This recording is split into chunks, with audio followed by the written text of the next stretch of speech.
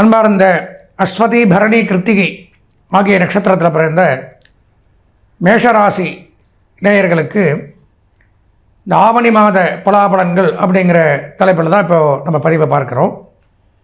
பொதுவாகவே மேஷராசி அப்படிங்கும் பொழுது பலவிதமான துன்பத்தோடும் துயரத்தோடும் சங்கடத்தோடும், ஏன்னா மற்ற கிரகங்கள்லாம் 12 சனி இருக்கார், விரயச்சனி இருக்கிறாரு, 3 குரு இருக்கார், இந்த மாதிரி 5 கேது, இந்த மாதிரி பலவிதமான கிரகங்கள் அனுகூலமாக இல்லாத காரணத்தினால விரயங்கள், உடல் உபாதைகள், கஷ்ட நஷ்டங்கள், தேவையில்லாத செலவுகள், எடுத்த ஒரு காரியத்தை முடித்தோம் அப்படிங்கிறது கிடையாது. பலவிதமாக பல பிரச்சனைகள், ஒரு சின்ன காரியத்தை ஒரு 5 நிமிஷத்தில் முடிக்க வேண்டியது பல நாட்கள் இழுக்கிறது. இந்த மாதிரி பலவிதமான தொல்லைகள், துன்பங்கள், துயரங்கள், இந்த மாதிரிலாம் கஷ்டங்களோடு ஒரு வாழ்க்கையை நடத்திக்கணும் தான் வந்துட்டுருக்கீங்க.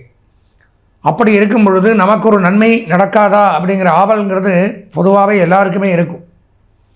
ஏதாவது கிரக மாற்றம் ஏற்படுமா, இது 4 கிரகம் சரியில்லையே, வேறு கிரகம் ஏதாவது நமக்கு நல்லது பண்ணுமா, இந்த மாதம் ஆச்சு ஒரு மாற்றம், ஏதாவது ஒரு சிறிய ஒரு நன்மை அப்படிங்கிறதெல்லாம் நடக்க வாய்ப்பு இருக்கா, இப்படியெல்லாம். ஏன்னா முழு நிறைவு பெற்று 100% திருப்தியாக சாட்டிஸ்ஃபைடாக யாருமே வாழ முடியாது.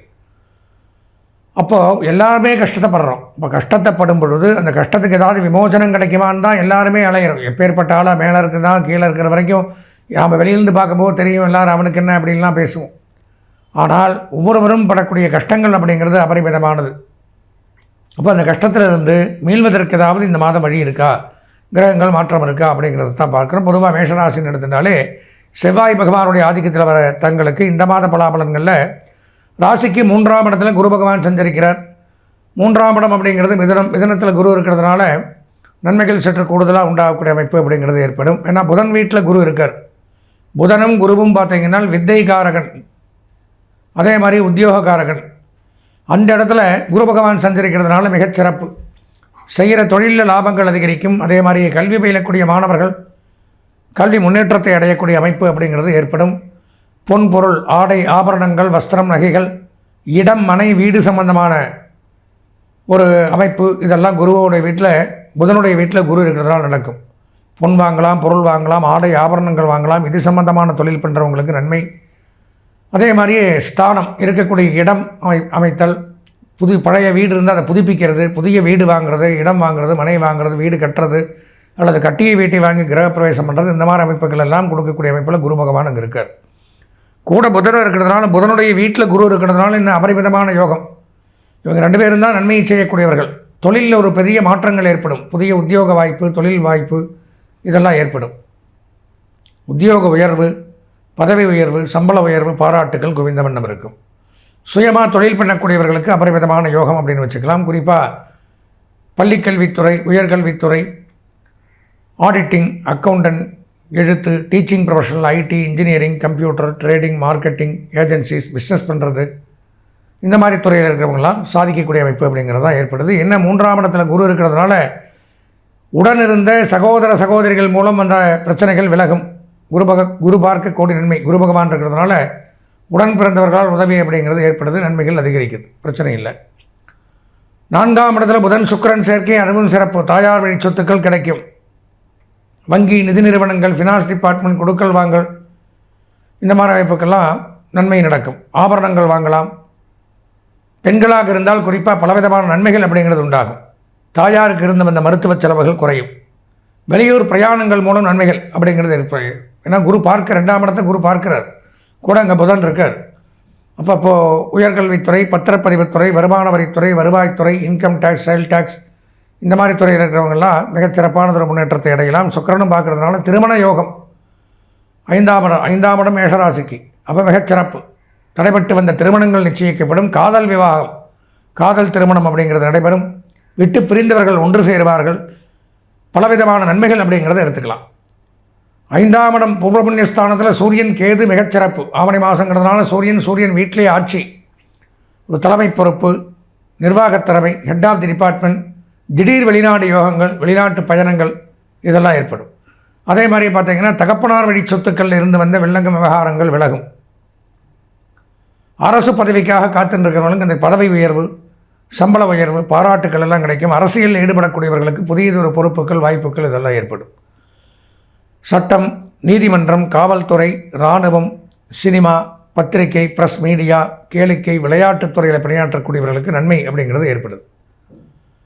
சூரியன் வீட்டில் ஆட்சி. அப்போ எடுத்த காரியத்தில் வெற்றி பெறலாம். நீங்கள் தான் இந்த மாதம் பூரா ராஜா. என்ன நினைக்கிறீங்களோ நீங்கள் தான் அதை நடத்த முடியும்.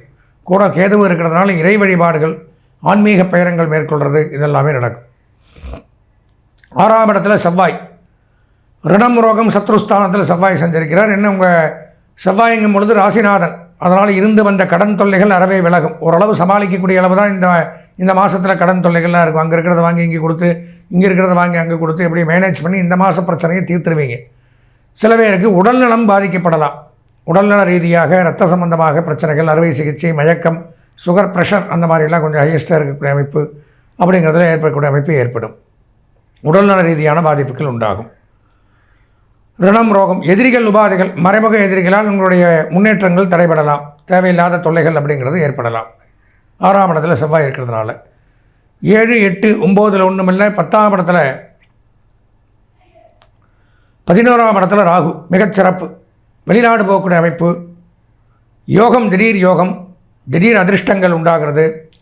ஒரு ஏற்றுமதி தொழில், இறக்குமதி தொழில், அந்நிய செலாவணி, பங்கு வர்த்தகம், ஷேர் மார்க்கெட்டிங், வெளிநாடு சம்பந்தமான தொழில்கள், ஆன்சைட் போகிறது, ஐடி கம்பெனியில் பணிபுரியவர்களுக்கெல்லாம் திடீர்னு வெளிநாடு யோகங்கள் ஏற்படுறது.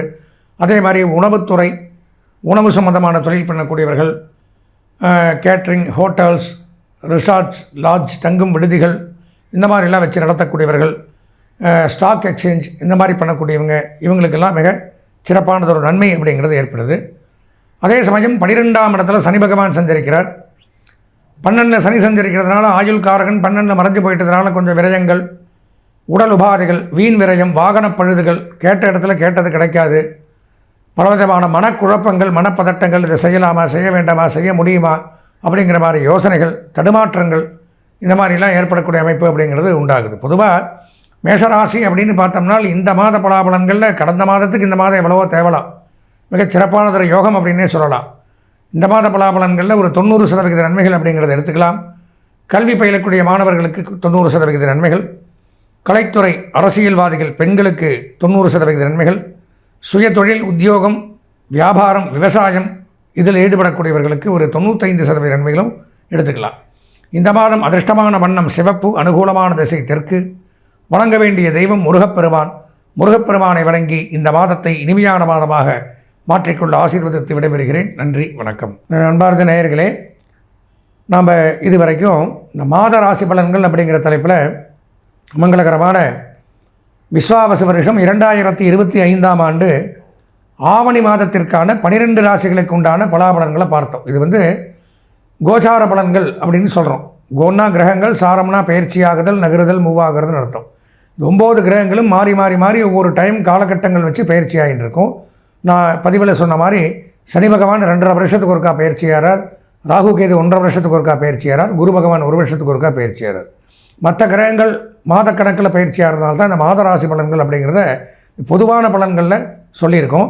இதில் சொன்னது அப்படிங்கிறது நான் சொல்கிற நல்ல பலன்கள் நடந்தாலும் நடக்கலாம், இல்லை நடக்காமல் தீய பலன்களே தான் நடக்குது அப்படிங்கிறது நடந்துட்டு இருந்தாலும் இதுக்கு காரணம் அப்படின்னு எடுத்துட்டால் நன்மையும் நடக்கலை, தீமை அதிகமாக நடக்குது அப்படின்னு எடுத்துட்டோம்னால் இது பொதுவான பலன்கள் அப்படிங்கிறதுனால எதற்கும் நம்மளுடைய சொந்த ஜாதகம் அப்படிங்கிறது தான் 100க்கு 100% உண்மையான பலன்களை நம்ம தெரிந்து கொள்ள முடியும். சொந்த ஜாதகம் அப்படிங்கிறது நாம் பிறந்த நேரத்தில் இந்த காலச்சக்கரத்தில் 12 ராசிகளில் 9 கிரகங்கள் எங்கே இருந்ததோ அது நமக்கு சொந்த ஜாதகமாக அமையுது.